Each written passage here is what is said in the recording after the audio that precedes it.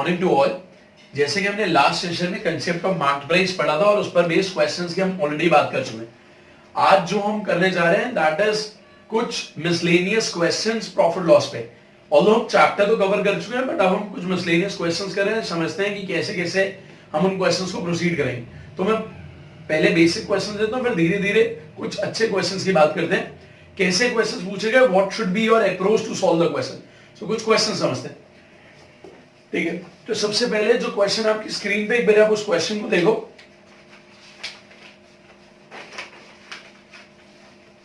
Question में बोला गया, a person bought some articles, he sold 1/3 of the article at a profit of 14%, 3/5 of the article at a profit of 17.5% and the rest at a profit of 20%.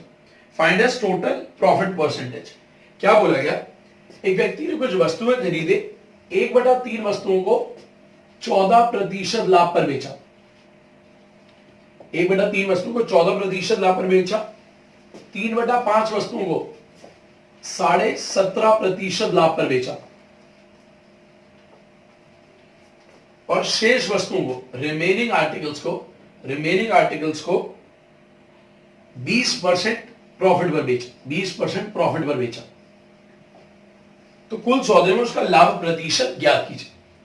अब इस तरह के question में हम कैसे प्रोसीड करेंगे।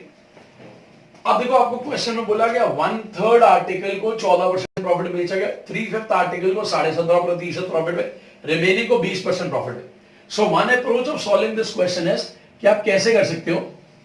आप ये लिखो 1/3 को 14% प्रॉफिट पे, सो 1/3 प्रॉफिट हो रहा है तो हम 14 लिख रहे हैं। सो 1/3 मल्टीप्लाई बाय 40 प्लस 3/5 पे 17.5% प्रॉफिट, सो 3/5 पर 17.5% प्रॉफिट, तो मल्टीप्लाई में 17.5। बच क्या गया। अब अगर ये 1/3 है, ये 3/5 है, तो बचा क्या। देखो, जैसे हम परसेंटेज में बोलते हैं कोई भी चीज 100% है, फ्रैक्शन में कोई भी चीज 1 होती है, तो 1 में से 1/3 गया, 3/5 गया, तो जो बच गया, अगर एलसीएम लेते हैं 15 माइनस 5 जो कि 10 माइनस 9 1, सो बचा 1/15। यानी कि जो 1/15 बच गया उस पर जो हमारा प्रॉफिट है दैट इज 20%। अब इसको सॉल्व करो, बस इस वैल्यू को सॉल्व करना, ये विल गेट आराम से। अगर मैं इसको सॉल्व करता हूं तो दिस इज 14/3, 17.5 होता है 35/2, तो 5 35 से घटेगा 7 रह जाएगा, 3 इंटू 7 21, 21/2, ये कुछ आ गया हमारे पास। 1/15 इंटू 20, ये कैंसिल हुआ 5 से 4 3, सो 4/3। अगर इसको सॉल्व करता हूं तो एलसीएम है 6, यहां पर 28, 63 8, 63 और 8 71, 71 और 28 99, 99/6। 3 के टेबल में 2, 3 के टेबल में 33, सो 33/2 इज 16.5%। सो ओवरऑल जो प्रॉफिट है 16.5%। So profit of 16.5%, profit of 16.5%। अब देखो, कई स्टूडेंट्स इस क्वेश्चन में फ्रैक्शन से बचने के लिए क्या करते हैं, वो ऐसे मान लेते हैं जैसे बोला गया कि जितने भी आर्टिकल्स थे उसका 1/3, उसका 3/5 बचे हुए आर्टिकल्स। तो आर्टिकल्स को मान लिया 3 और 5 का एलसीएम, तो मान लिया टोटल जो आर्टिकल्स हैं वो 15 है। अब 1/3 ऑफ द आर्टिकल, सो अगर टोटल 15 है, 15 का 1/3 यानी कि 5 आर्टिकल, 15 का 3/5, तो 3/5 इंटू 15 जो कि 9 आर्टिकल्स। अगर 5 आर्टिकल ये है, 9 आर्टिकल है, 14, टोटल 15, तो बचा कितना, 1 आर्टिकल। तो कैसे कर दिया गया कि 5 आर्टिकल में 14% प्रॉफिट, तो 5 इंटू 14, 9 आर्टिकल्स में 17.5, तो 9 मल्टीप्लाई बाय 17.5 प्लस 1 आर्टिकल में 20%, सो 1 इंटू 20। टोटल कितने आर्टिकल्स है, 15।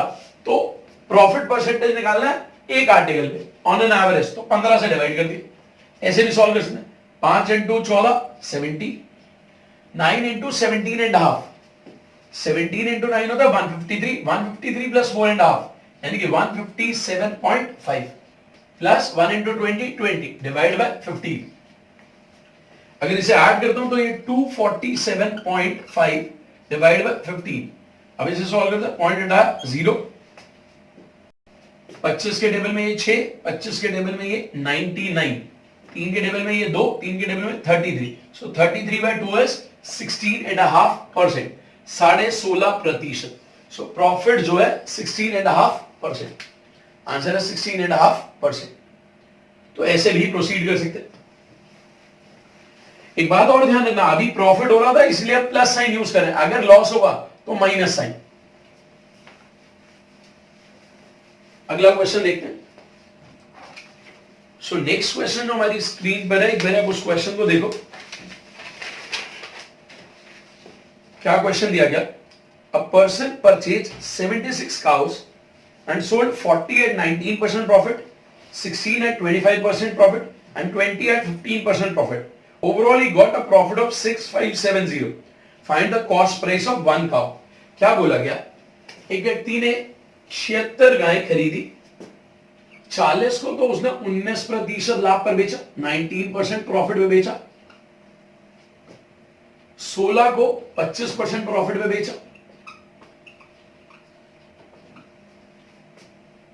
और 20 को 15% प्रॉफिट पर बेचा। ओवरऑल जो उसका प्रॉफिट हुआ वो 6570, यानी कि 76 की 76 गायों पे मिलाकर जो प्रॉफिट हुआ, टोटल प्रॉफिट वो जो है 6570। अब एक गाय का कॉस्ट प्राइस बता, ठीक। तो अब इस क्वेश्चन में अगर देखा जाए हम कैसे प्रोसीड कर सकते हैं। 40 गाय पे उसे 19% प्रॉफिट हुआ, तो अगर मैं टोटल निकालूं तो मैं ऐसे पूछता हूं 40 इंटू 19, 16 गाय में 25%, तो 16 इंटू 25, 20 गाय में 15%, तो 20 इंटू 15% प्रॉफिट। तो अगर मैं परसेंटेज में बात करूं तो 40 into 19 760% profit, 16 into 25 400% profit, 20 into 15 300% profit. अगर टोटल देखा जाए 760, 400 और 300, ये मिलाकर हो जाता है 1460%। So 1460% of cost price of one cow is equal to जो हमें दिया गया 6570। अब 1460% की वैल्यू 6570, मुझे 100% की वैल्यू चाहिए, मुझे सीपी चाहिए, तो इसको मैं बोल सकता हूं 1460 बटा 100 into CP is equal to 6570। यहां से सीपी की वैल्यू निकालो तो 6570 इंटू 10 अपॉन 146। अब अगर इसको सॉल्व कर दें तो आप देखो यहां पर नंबर 146 है, 146। अब 146 के दो ही फैक्टर है, 2 एंड 73। अगर मैं इसे पहले 2 से काटता हूं तो यहां रह गया 5। अब 73 से काटा, 73 से किस पे जाएगा? 73 8 जा 560 और 24 584, तो बचा कितना? 16 और 57। अच्छा, ये एग्जैक्ट 9 पे ही कैंसिल हो जाएगा। अगर आप देखो एग्जैक्ट 9 पे ही कैंसिल हो रहा है, यहां 9 आ जाएगा क्योंकि 73 9 जा 630 और 27 657, सो 0 90 इंटू 5 450। तो एक गाय का कॉस्ट प्राइस 450। अगले क्वेश्चन को देखते हैं। सो अगला क्वेश्चन जो आपकी स्क्रीन पे, एक बार आप उस क्वेश्चन को देखो।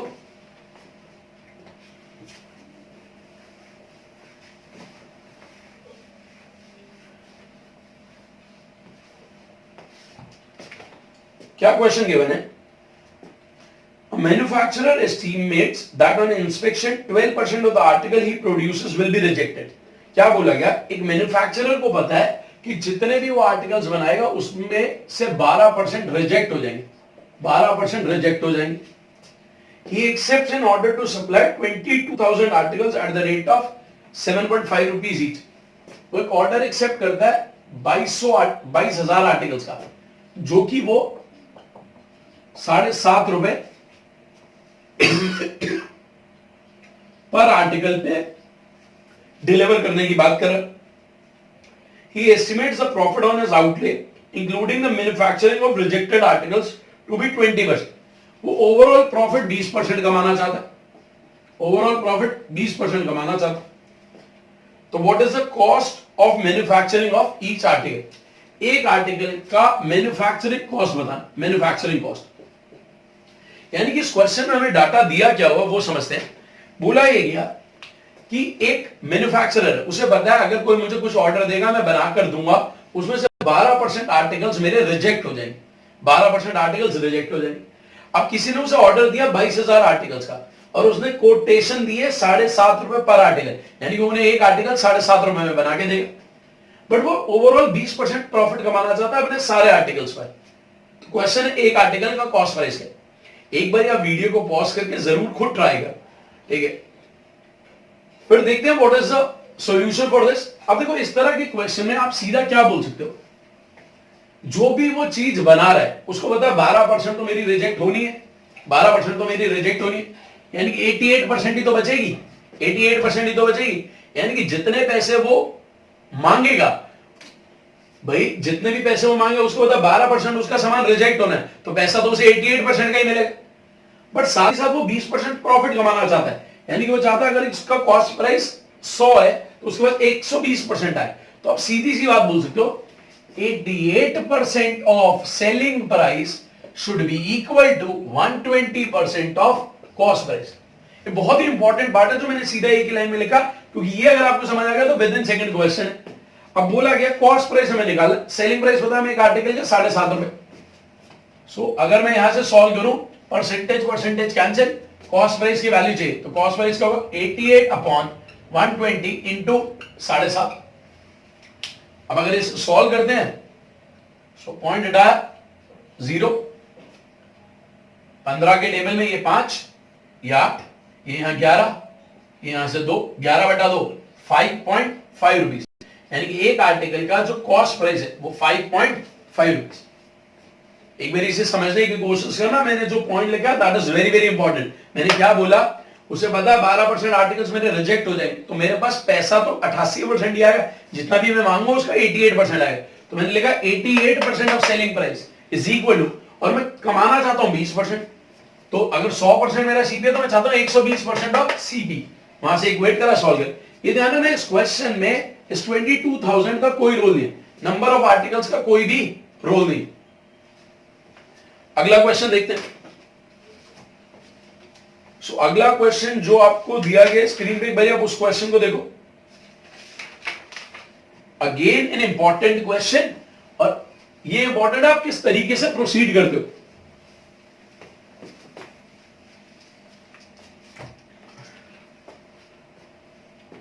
अगले क्वेश्चन में क्या बोला गया, a shopkeeper marks his goods 20% above the cost price and gives 10% discount to the customer.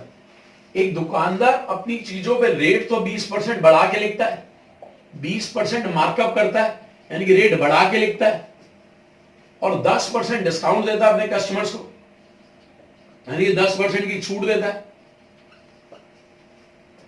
और at this time of selling the good uses 900 grams wait instead of 1 kg।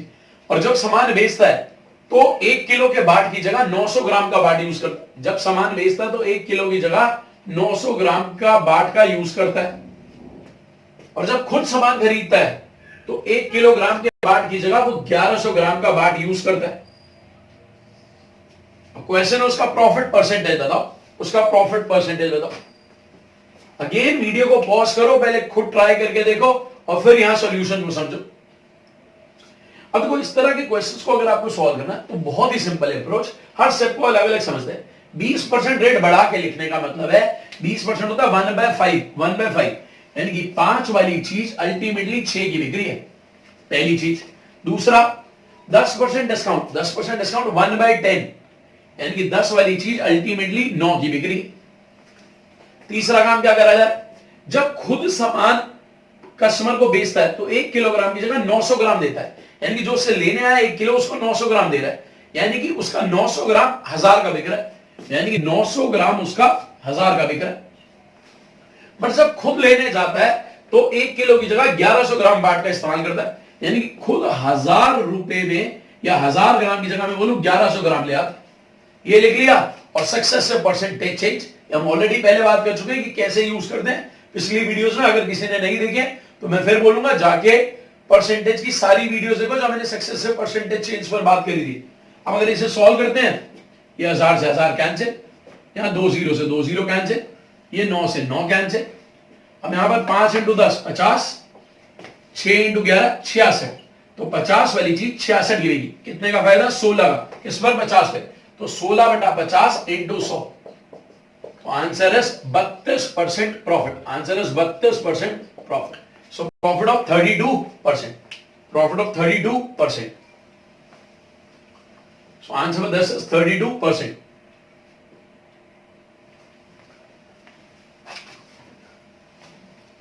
Next question जो आपकी screen पे, एक बार आप उस question को देखो। Again a very very important question, बहुत ही इंपॉर्टेंट क्वेश्चन। ठीक है,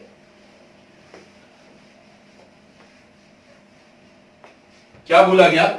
the ratio of selling price of 3 articles A B C is 8:9:5। 3 articles हैं ए, बी और सी, तीनों के सेलिंग प्राइस की रेशियो, विक्रय मूल्य का अनुपात जो है 8:9:5।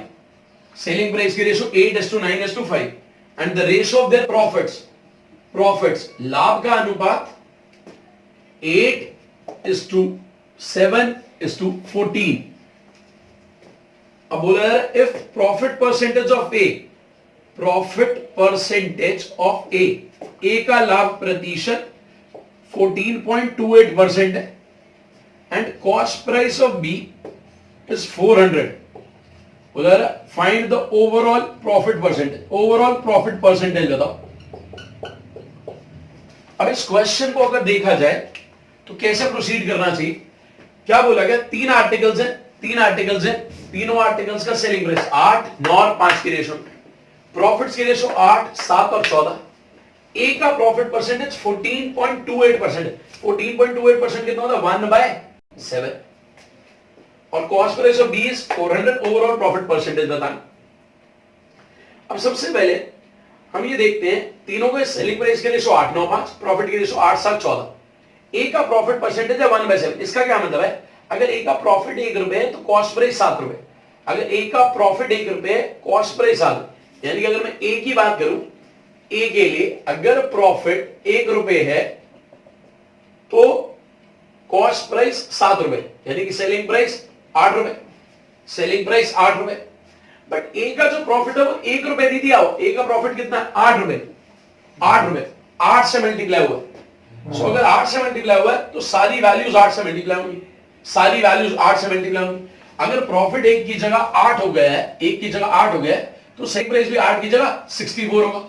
और अगर सेलिंग प्राइस 64 होगा यानी कि 8 से मल्टीप्लाई हुआ। अगर ये 8 से मल्टीप्लाई हुआ तो सारे 8 से मल्टीप्लाई होंगे, यानी कि इसका सेलिंग प्राइस 64, इसका सेलिंग प्राइस 9 8 72, इसका सेलिंग प्राइस 5 8 40। इन तीनों के विक्रय मूल्य आ गए 64, 72 और 40। अगर इसका प्रॉफिट 8 रुपए है तो इसका 7 है, इसका 14 है। अब सेलिंग प्राइस पता है, प्रॉफिट पता है, तो कॉस्ट प्राइस निकाल सकते हैं। चीज 64 की बेची, 8 का प्रॉफिट हो तो खरीदी कितने की? 56 की। चीज 72 की बेची, 7 का प्रॉफिट हो तो खरीदी कितने की? 65 की। चीज 40 की बेची, 14 का प्रॉफिट हो तो खरीदी कितने की? 26 की। अब अगर मुझे ओवरऑल प्रॉफिट परसेंटेज निकालना है तो ओवरऑल प्रॉफिट परसेंटेज निकालने के लिए total profit upon total CP into 100। अब टोटल प्रॉफिट कितना है? 8 7 15 14 29, so 29 divide by total CP 56 और 65। अगर इन दोनों को ऐड करा जाए तो 121 और 26 147 इंटू 100 इंटू 100। अब अगर आप इस क्वेश्चन की ऑप्शंस पे ध्यान दो, 15.7%, 19.7%, 23.7%, 25.7%। अगर 10% की बात करूं तो 14.7 होता है, 20% की 29.4, ये 20 से थोड़ा सा कम है, तो आंसर जो हो जाएगा दैट इज 19.7%। तो ऑप्शन की मदद से हमने आंसर इजीली बोल दिया 19.7%। So answer for this question is 19.7%। So answer for this question is B option. Answer for this question is B option. So जो नेक्स्ट क्वेश्चन है, आप एक बार इस क्वेश्चन को देखो, again a previous year question. क्या बोला गया? A fruit seller buy some oranges and by selling 40% of them he realize the cost price of all the oranges. तो जो एक क्वेश्चन आपकी स्क्रीन में, एक बार इस क्वेश्चन को देखो, बहुत ही इंपॉर्टेंट है। क्या बोला जा रहा है? A fruit seller buy some oranges and by selling 40% of them he realize the cost price of all oranges. 40% orange बेचने पर, 40% ऑरेंजेस बेचने पर वो पूरी कॉस्ट रिकवर कर लेता है, पूरा कॉस्ट प्राइस रिकवर कर लेता है. As the oranges being to grow overripe, he reduces the price and sells 80% of the remaining oranges and half the previous rate of profit. क्या बोला जा रहा है? जैसे ही संतरे अधिक पकने लगते हैं वह कीमत कम कर लेता है और शेष बचे संतरों को में से 80% संतरों को पूर्व वह लाभ की पूर्व दर से आधे दर पर बेचता है. पूरे क्वेश्चन में यही लाइन सबसे ज्यादा इंपॉर्टेंट है. यानी कि वो क्या कहना चाह रहा है? बचे हुए जो ऑरेंजेस है, रिमेनिंग ऑरेंजेस का 80% में वो जितना प्रॉफिट पहले कमा रहा था उसका आधा प्रॉफिट कमा रहा है. Half of the profit is earning half of the profit. जितना पहले कमा रहा था उसका आधा कमा रहा है. अब क्वेश्चन है, बाकी ऑरेंजेस उसके खराब हो गए, बाकी बचे जो संतरे हैं वो सड़ जाते हैं, उससे कुछ पैसा नहीं मिलता, तो उसका लाभ का प्रतिशत ज्ञात कीजिए. अब देखो क्वेश्चन बहुत सिंपल है, प्रोवाइडेड क्वेश्चन की लैंग्वेज समझ आ जाए क्या कहना चाह रहा है समझते हैं. उसने बोला 40% संतरे बेचने से पूरा पैसा रिकवर करेगा. मान लेता हूं कि उसने 100 संतरे खरीदे थे, 100 संतरे, 100 ऑरेंजेस, और एक ऑरेंज 1 रुपए का था, तो 100 संतरे कितने के? 100 रुपए. तो सबसे पहले तो क्या बोला गया, जब उसने 40% संतरे बेचे, यानी कि 40 संतरे बेचे, उसके पास पूरा पैसा आ गया. कितना आ गया? 100 रुपए आ गया. कब होगा कि 40 संतरे बेचने पर 100 रुपए? ये तभी पॉसिबल है जब एक संतरा 2.5 रुपए का बेचा गया हो, क्योंकि 40 संतरे 100 रुपए में बेचे तो एक कितने का? 2.5 रुपए का. एक 2.5 रुपए का बेचा तो 40 संतरों से पूरा पैसा मिल गया 100 रुपए. अब संतरा था 1 रुपए का, संतरा था 1 रुपए का, बेचा 2.5 रुपए का, तो मैं बोल सकता हूं उसमें कमाया कितना? एक संतरे पे 1.5 रुपए, 1.5 रुपीज एक संतरे पे कमाया. अब वो आगे क्या बोल रहा है? जो ऑरेंजेस बच गए, 100 थे, 40 को बेच दिए, बचे कितने? 60. 60 का 80%, 60 का 80%, 48 संतरे. वो 48 संतरे किस हिसाब से बेचे? पिछले केस में जो प्रॉफिट हो रहा था उसका आधा. पिछले केस में एक संतरे पे 1.5 का प्रॉफिट हो रहा था, तो 1.5 का आधा 0.75. अब उसने एक संतरे पे 0.75 प्रॉफिट कमाया, यानी कि 48 संतरे, एक संतरा कितने का बेचा है? 1.75. एक का तो खरीदा ही था, 0.75 कमाया, तो बेचा कितने का? 1.75. तो 48 इंटू 1.75, जो कि सॉल्व करने पर आता है 84 रुपए. 100 रुपए यहां से आ चुके थे, 84 यहां से आ गए, बाकी संतरे सड़ गए, उनसे कुछ नहीं मिला, तो टोटल पैसे आए कितने? 184. लगे कितने थे? 100 रुपए, आए कितने? 184. तो profit of 84%, profit of 84%. So answer is 84%. Next question देखते हैं. नेक्स्ट क्वेश्चन,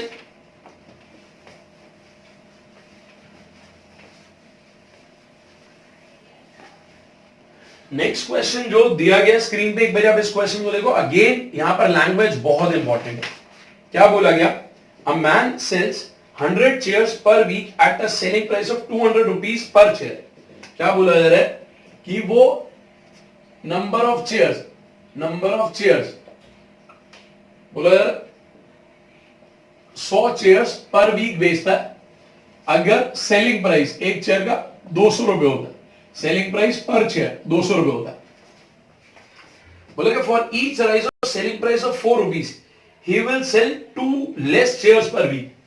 अगर सेलिंग प्राइस 4 रुपए बढ़ाता है, अगर सेलिंग प्राइस 4 रुपए बढ़ाएगा तो वो नंबर ऑफ चेयर्स 2 कम कर देता है.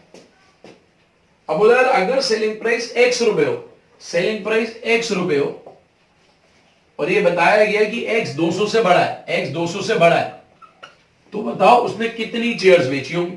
कितनी चेयर्स बेची होंगी? अब क्वेश्चन में ऑप्शन दी गई है 100 minus x by 2, 200 minus x by 4, 400 minus x by 2, 100 plus x by 2. ये कुछ क्वेश्चन. मैं एक बारी क्वेश्चन फिर रिपीट कर रहा हूं. क्या बोला गया कि एक आदमी 100 चेयर बेचता है हर हफ्ते अगर चेयर का सेलिंग प्राइस 200 रुपए. अब बोला गया अगर सेलिंग प्राइस को 4 रुपए बढ़ाया जाएगा पर चेयर, तो नंबर ऑफ चेयर्स वो हर हफ्ते 2 कम बेचेगा. अब बोला गया मान लेते हैं वो x रुपए सेलिंग प्राइस रख रहा है और x 200 से बड़ा है, तो बताओ कितनी चेयर्स उसने बेची होंगी. अब देखो एक तो तरीका होता है ऑप्शन अप्रोच. ऑप्शन अप्रोच क्या, कई लोगों को अगर क्वेश्चन नहीं भी आता वो ऑप्शन की मदद लेते हैं और सॉल्व कर देते हैं। कैसे, अगर मैं मान लेता हूं 200 से 4 रुपए बढ़ाया, 4 रुपए बढ़ाया, तो प्राइस कितना हो गया 204 रुपए। तो लेट मान लेते हैं एक सेकंड कि एक्स ही 204 है, एक्स ही 204 है। अगर यहां 4 रुपए बढ़ता है तो यहां नंबर ऑफ चेयर्स 2 कम हो जाती है, तो कितना रह जाएगा 98। अगर प्राइस 204 होगा तो नंबर ऑफ चेयर्स जो पर वीक बिकेंगी 98। तो एक्स की जगह ऑप्शन में 204 रखते हैं, आंसर 98 आना चाहिए। अब ऑप्शन में एक्स की जगह 204 रखा, अगर यहां 204 रखूंगा तो ये तो नेगेटिव हो जाएगा, गलत।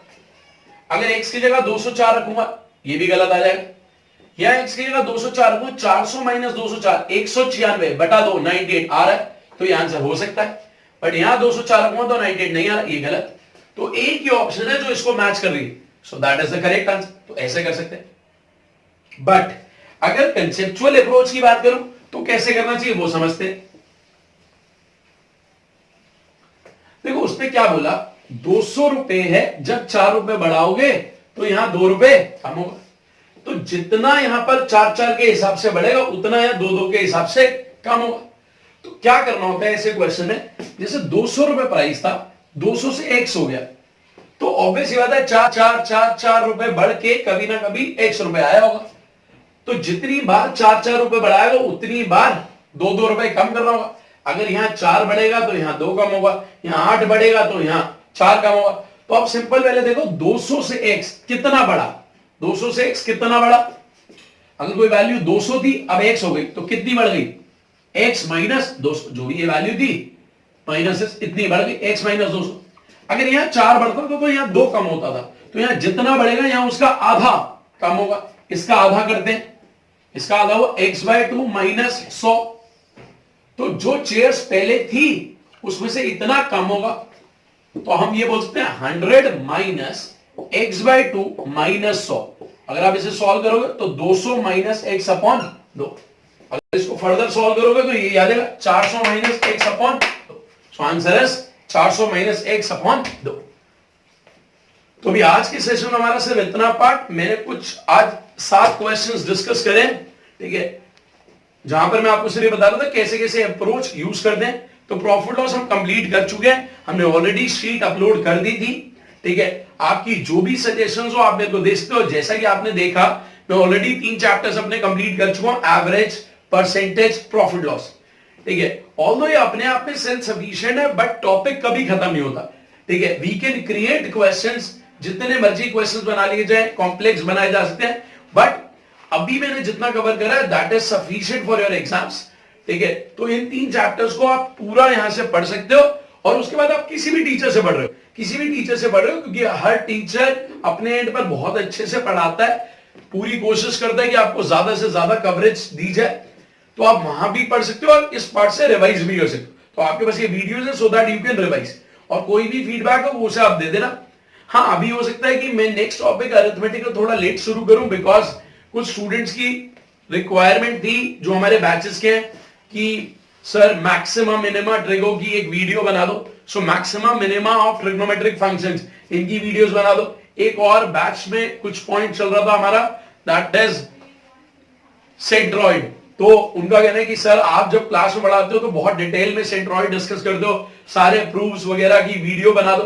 तो मैं कुछ दिन 3-4 दिन उन वीडियोस में बिजी होऊंगा, उसके बाद वापस हम आएंगे। तो ऐसा नहीं है कि वो वीडियोस आप नहीं देख सकते, तो मैं मैक्सिमम मिनिमम और सेंट्रॉइड की वीडियोस डालूंगा, उसके बाद मैं आऊंगा अपने अगले टॉपिक पे, ठीक है। तो अभी आज के लिए सिर्फ इतना ही। This is all for today, thanks.